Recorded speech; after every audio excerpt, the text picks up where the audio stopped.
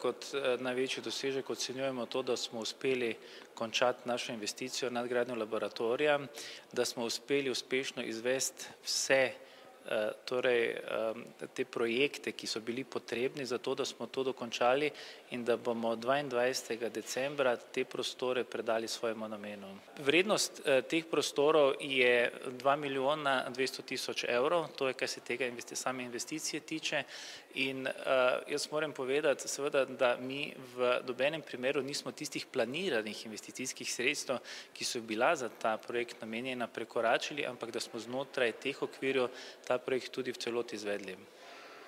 Dejali ste, da si želite nekega posveta, koliko so ljudje pripravljeni plačati za zdravstvene storitve, koliko ste jim vi sposobni ponuditi, kakšna je vaša ocena stanja na zdravstvenem trgu v Sloveniji? Torej, poglejte, moja ocena je naslednja. Jaz ocenjujem, da imamo v Sloveniji z ozirom na denar, ki ga namenjamo za zdravstvo, izvrstno organizirano zdravstveno varstvo.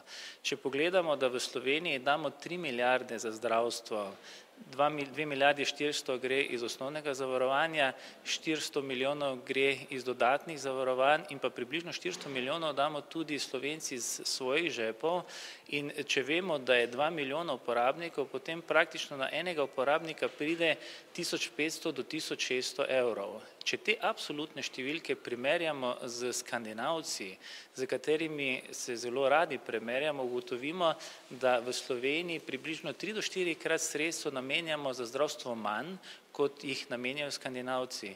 In po drugi strani, če se primerjamo z uspehi v samem zdravstvu, vidimo, da smo jim blizu, kar pomeni, da mi z res malimi sredstvi dosegamo vrhunske rezultate.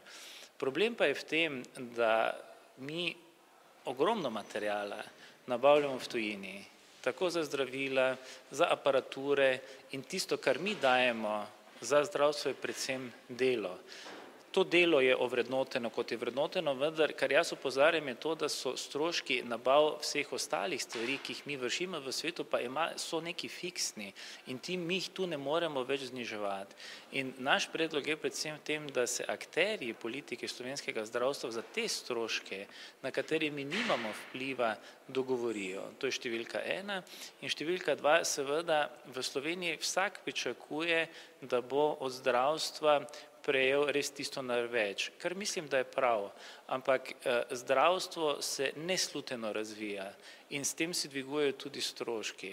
No, in o tem želim, da bi se spregovorilo, torej, da se zavedamo, da potrebe so, da možnosti in mogočnosti zdravstva so, da so pa omejena finančna sredstva, katera za to pač namenjamo.